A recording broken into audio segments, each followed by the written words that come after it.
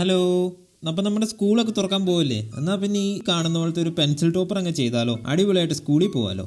അപ്പോൾ അതിനു വേണ്ടി നമ്മൾ എടുത്തിരിക്കുന്ന ഒരു ഹോം മെയ്ഡ് ക്ലേ ആണ് ഇത്. ഞാൻ എടുത്തിരിക്കുന്ന ഒരു മഞ്ഞ കളർ ക്ലേ ആണ്. ഇത് ഞാൻ തന്നെ ഉണ്ടാക്കിയതായതുകൊണ്ട് നമുക്ക് ഏത് കളർ വേണമെങ്കിൽ ഉണ്ടാക്കാം. അപ്പം നിങ്ങളും ഹോം മെയ്ഡ് ക്ലേ ഉണ്ടാക്കാൻ താല്പര്യം ഉണ്ടെങ്കിൽ താഴെ ഒന്ന് കമൻറ്റ് ചെയ്യുക. ക്ലേ ഒന്ന് ഷേപ്പ് ആക്കി എടുക്കണം.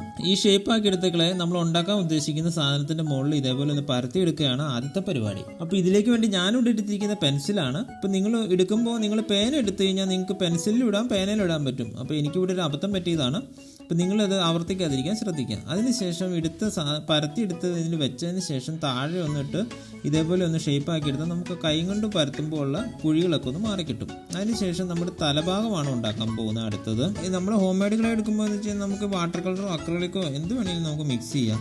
ഞാൻ ഈ സെയിം കളർ തന്നെ മിക്സ് ചെയ്തേക്കുന്നത്. അപ്പോൾ തലയുടെ ഭാഗമാണ് അടുത്ത് ചെയ്യാൻ പോകുന്നത്.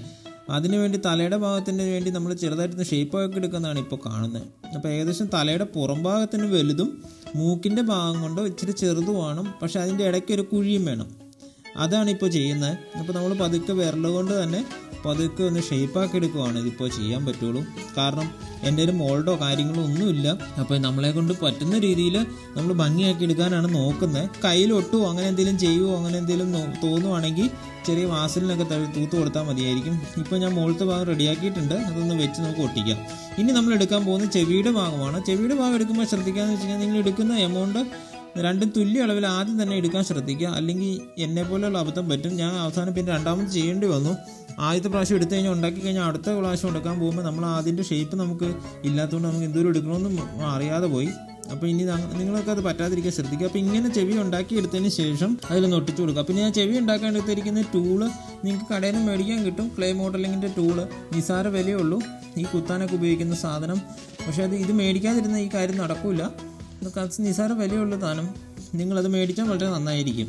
ഇനി നമ്മൾ ഉണ്ടാക്കാൻ പോകുന്നത് ജിറാഫിൻ്റെ മുകളിലത്തെ രണ്ട് കൊമ്പ് പോലത്തെ ഭാഗമില്ലേ, അതാണ് ഉണ്ടാക്കാൻ ഉദ്ദേശിക്കുന്നത്. അതിനുവേണ്ടി ഞാൻ എടുത്തിരിക്കുന്നത് ഒരു ബ്രൗൺ കളർ മിക്സ് ചെയ്യുകയാണ് ചെയ്ത കളറ്. അപ്പോൾ അതിൻ്റെ മുകളിലത്തെ ഭാഗം ആയിട്ടുണ്ട്. ഇനി നമ്മൾ മുമ്പിൽ മൂക്കിൻ്റെ അവിടെ കുത്തി കൊടുത്തില്ലേ, അവിടെ രണ്ട് മൂക്കിൻ്റെ ചെറിയ കറുത്ത ഒരു കടുകുമണിയുടെ അത്രയുള്ള ഇത് ഒട്ടിച്ചു കൊടുത്തു.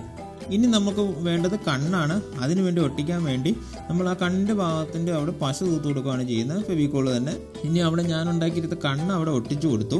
ഈ കണ്ണുണ്ടാക്കുന്നത് വെള്ള പരത്തിയിട്ട് അതിൻ്റെ മുകളിൽ കറുത്ത സാധനം വെറുതെ ഒട്ടിച്ചു കൊടുക്കുകയാണ്. ഏതല്ലാണ്ട് ഒന്നും ചെയ്തിട്ടില്ല. അപ്പോൾ സാധനം റെഡി ആയിട്ടുണ്ട്. ഇനി ഇത് കുറച്ച് നേരം ഉണങ്ങി കഴിഞ്ഞാൽ മാത്രമേ നമുക്ക് തരും. അപ്പോൾ ഉണങ്ങിയതിന് ശേഷം ഞാനത് ഊരി കാണിക്കാം. കണ്ടോ, ഇതിപ്പോൾ ഇങ്ങനെ ഊരാൻ പറ്റും.